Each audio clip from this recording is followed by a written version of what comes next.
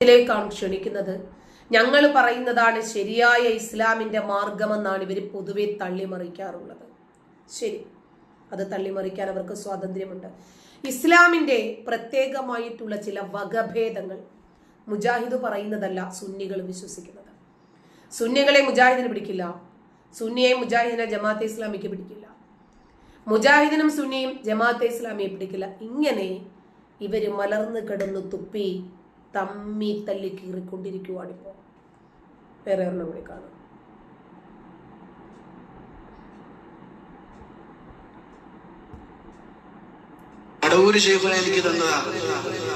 ഇതാരാണെന്നറിയാമോ? എന്തായിരുന്നു പേര് മറന്നുപോയി. ഭാര്യയെ വീട്ടിൽ പ്രസവിപ്പിച്ച് നാലാമത്തെയോ പ്രസവമായിരുന്നു. ആശുപത്രിയിൽ വിടാതെ കൊന്നില്ലേ ഒരുത്തൻ.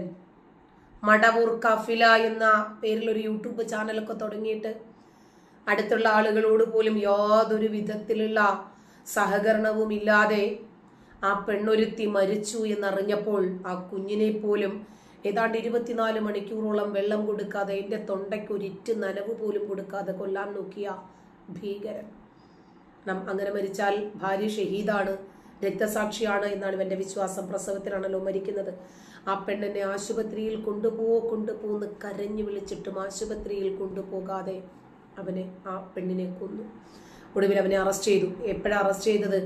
ഈ കൊച്ചിനെ ഈ സ്ത്രീ മരിച്ചു എന്ന് മനസ്സിലാക്കിയപ്പോൾ അവർ താമസിച്ചത് വാടക വീട്ടിലായിരുന്നു. എങ്ങനെയെങ്കിലും ഇതിനെ സംസ്കരിക്കണ്ടേ? അതിനുവേണ്ടി മയ്യത്തിനോട് പോലും കാണിക്കുന്ന പരിഗണനകളോ ബഹുമാനമോ കാണിക്കാതെ അതിനെ പായയിൽ പൊതിഞ്ഞു കുഴിച്ചു മൂടാൻ കൊണ്ടുപോയപ്പോൾ ഈ പെണ്ണിന്റെ വീട്ടുകാരിടപെട്ടിട്ടാണ് പോലീസിനെ അറിയിക്കുന്നതും പിടിക്കുന്നതും വാർത്തയാകുന്നതും ഒക്കെ. അവന് വലിയ രൂപത്തിലുള്ള സന്നാഹങ്ങൾ കിട്ടി. ഒരുപാട് സൈനികർ അവന്റെ പിന്നിലുണ്ട്. ഇപ്പോൾ അവന് ലക്ഷക്കണക്കിന് രൂപയുടെ വീട്, സ്ഥലം. കാരണം പെട്ടെന്ന് തന്നെ മുത്തലാഖും വേണ്ടി വന്നില്ല, വിവാഹമോചനവും വേണ്ടി വന്നില്ല, കോടതികളും കയറി ഇറങ്ങണ്ട, മുത്തലാഖ് പറഞ്ഞതിന്റെ പേരിൽ ഒരു പ്രശ്നവുമില്ല. എന്ത് പെട്ടെന്നാണ് ഒരാളെ ഇല്ലാതാക്കാനും 4 മക്കളെ വളർത്തണമെങ്കിൽ ഇനി അടുത്ത കെട്ടണ്ടേ, എല്ലാം അവന് കഴിഞ്ഞു. നോക്കിക്കോ, അവന്റെ ഒരു പ്രസംഗമാണ്. ഞാനൊരു ബാങ്കുമായിട്ടോ പലിശയായിട്ടോ ഒന്നും ഞാൻ ബന്ധപ്പെട്ടിട്ടില്ല. എന്റെ അനുഭവം ഞാൻ പറയുന്നത്, എന്റെ സ്വന്തം അനുഭവം. ഒരാളുടെ കേട്ടതോ മറ്റൊരാളുടെ കാര്യമല്ല പറയുന്ന. മടവൂര് ശൈഖുനാനെ മുറുകെ പിടിച്ചാൽ നമുക്ക് ദുനിയാവും കിട്ടും ആഖിറവും കിട്ടും. എനിക്കുണ്ടായ ഒരു ചെറിയ അനുഭവം പറഞ്ഞ് ഞാൻ നിർത്തുകയാ. ഏകദേശം ഒരു കൊല്ലത്തിന് മുമ്പ് ഞാൻ ഒരു ചെറിയ വീടുണ്ടാക്കാൻ ആഗ്രഹിച്ചു. ചെറിയൊരു വീടുണ്ടാക്കാൻ ഞാൻ ആഗ്രഹിച്ചു. എന്റെ അനുഭവം പറയുന്നത്, ആ സമയത്ത് എന്റെ 2 കൂട്ടുകാർ എന്റെ അടുത്ത് മടവൂര് ശൈഖുനായുടെ ഒരുപാട് ആൾക്കാരുണ്ട്. അപ്പൊ എന്റെ കൂട്ടുകാരനായ ഒരു സഖാഫിയും ഒരു തങ്ങളും പറഞ്ഞ്, ഹബീബെ നിങ്ങള് ഈ വീടൊന്ന് വലുതാക്കി പറ്റേ പോയല്ലോ എന്ന നിലക്ക് എന്റെ അടുത്ത് പറഞ്ഞു, ഞങ്ങള് നിങ്ങൾക്ക് വേണ്ടിയുള്ള എല്ലാ സഹായവും ചെയ്തു തരാന്നൊക്കെ പറഞ്ഞിട്ട് ഞാൻ ആ വീടൊന്ന് പൊളിച്ചു. CM വലിയുള്ളാന്റെ ആണ്ടിന് ആ വീടിന് കല്ലിട്ട്. പഠിച്ചവനെ, അവര് കുറെ നോക്കിയിട്ട് നടന്നില്ല. വീട് ഏതായാലും 1 മാസം അവർ കുറെ ആൾക്കാർക്ക് പോയി നോക്കി, പക്ഷെ നടന്നില്ല. അവര് പിന്നെ അവരുടെ ഇതൊന്നുമില്ല. ഞാനാണെങ്കിൽ വാടക വീട്ടിലേക്ക് മാറുകയും ചെയ്യും. വാടക വീട്ടിലേക്ക് മാറുമ്പോ എനിക്കാണെങ്കിലോ ജ്യേഷ്ഠന്മാരോ അനിയന്മാരോ ഒരു ഇല്ല. ബാപ്പക്കാണെങ്കിലോ സുഖമില്ലാത്ത ജോലിക്കൊന്നും പോകാത്തൊരു ഉപ്പയാണ്, പ്രായമുണ്ട്. ഇപ്പൊ വീട്ടിൽ തന്നെയാ. ഞാൻ പറയുന്നത് എന്റെ അനുഭവം പറയാ. കല്ലിട്ടു. ഏകദേശം 1 മാസമൊക്കെ കഴിഞ്ഞ് അൽഹംദുലില്ലാഹ് കല്ലിട്ടതിന് ശേഷം പണി തുടങ്ങി. അപ്പൊ ആ പഴയ വീട് പൊളിച്ചു കളഞ്ഞപ്പോ എനിക്ക് കിട്ടിയ 40,000. ഭാര്യയും കൊന്നു, 10-15 ലക്ഷം രൂപയ്ക്കുള്ള വീടും കിട്ടി, സ്ഥലവും കിട്ടി. ഇനിയിപ്പോ ഒരു ഹൂറിയെ കിട്ടാൻ കാക്കയ്ക്ക് വല്ല പ്രയാസവും ഉണ്ടോ? എവിടെയെങ്കിലും പോണോ കാക്ക? നൈസായിട്ട് 4 പെറ്റുകളെ ഒഴിവാക്കാൻ വേണ്ടിയിട്ട് കാക്ക നോക്കിയിരുന്നപ്പോഴാണ് ശരിയെന്ന വീട്ടിലെ പ്രസവം. ചെവി അറിയത്തില്ല, കൈ നനയാതെ മീൻ പിടിക്കാം. കക്ഷത്തിലിരിക്കുന്നത് പോകത്തുമില്ല, ഉത്തരത്തിലിരിക്കുന്നത് കിട്ടുകയും ചെയ്യും. ഞാനിപ്പോൾ സമയത്ത് ഓർമ്മ വരുന്നത് ഒരു സവാദ്, അവൻ്റെ പേര് ഞാൻ എപ്പോഴും മറന്നുപോകും. സവാദ് ഒന്ന് ഓർത്തു വെച്ചോട്ടോ. അതായത് നമ്മുടെ ജോസഫ് മാഷിന്റെ കൈയെടുത്തവനാണ്. ആ ജോസഫ് മാഷിന്റെ കൈയെടുത്തിട്ട് ആ മഴുവുമായി തന്നെ അവൻ നേരെ പോകുന്നത് കണ്ണൂരിലേക്കാണ്. കണ്ണൂരിൽ പോയി 10 വർഷം സുഖസുന്ദരമായിട്ട് അവൻ അവിടെ ജീവിച്ചു. അതിനുശേഷം അവൻ SDPIക്കാരൻ തൻ്റെ മകളെ പാരിതോഷികമായി കൈവെള്ളയിലേക്ക് വെച്ചു കൊടുത്തു. മകളെ കിട്ടിയ സന്തോഷത്തിൽ മരുമകൻ 2 കുഞ്ഞു പെൺമക്കളെ അമ്മോശങ്കാക്കായ്ക്കും തിരിച്ചു കൊടുത്തു. മോള് പ്രസവിച്ചു. അങ്ങനെ ഇവർക്ക് കൃത്യമായിട്ട് മനസ്സിലായി സവാദ് ആരാണെന്ന്. സവാദിന് മാസപ്പടി കിട്ടി. സവാദിന് സേഫായി ഒരു പോലീസോ ഒരു പട്ടാളമോ ഒരു NIAയോ ഒരു കേന്ദ്ര ഏജൻസിയോ ഒന്നും നിന്നെ ഒന്ന് തൊടാൻ പോലും കഴിയില്ല. അവരെ ഞങ്ങൾ പാകിസ്ഥാനിലേക്കും അഫ്ഗാനിലേക്കും സിറിയയിലേക്കും ഒക്കെ അയച്ചിരിക്കുവാണ് നിന്നെ അന്വേഷിക്കാൻ വേണ്ടിയിട്ട്. അവിടെ അവനെ കണ്ടു, ഇവിടെ അവനെ കണ്ടു. 35 പ്രതികളിൽ ഒരുത്തൻ മാത്രം, 1ാമത്തെ പ്രതി, അവനെ മാത്രം കിട്ടുന്നില്ല.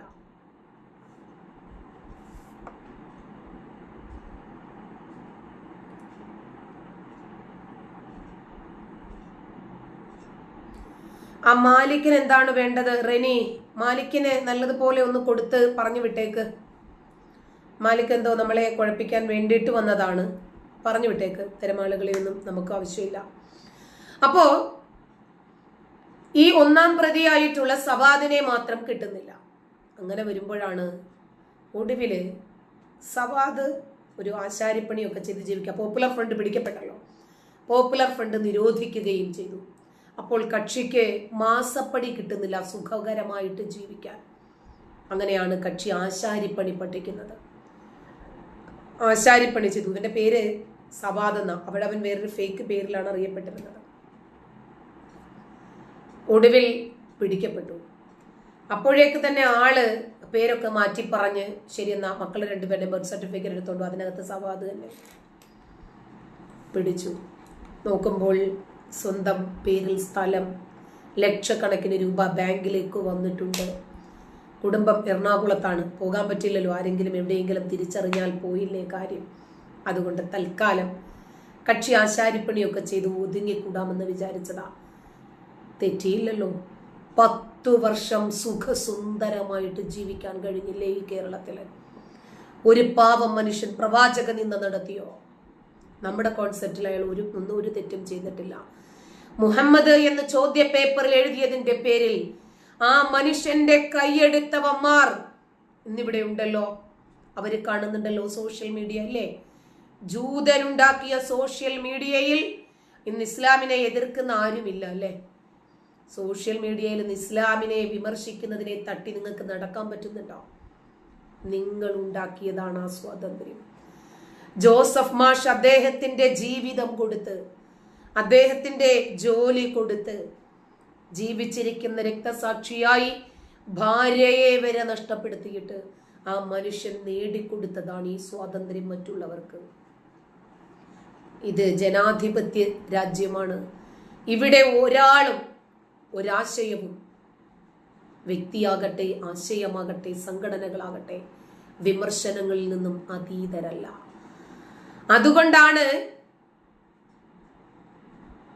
വിമർശനങ്ങൾ വീണ്ടും വീണ്ടും അസഹിഷ്ണുതയോടുകൂടി നിങ്ങൾ കേൾക്കേണ്ടി വരുന്നത്.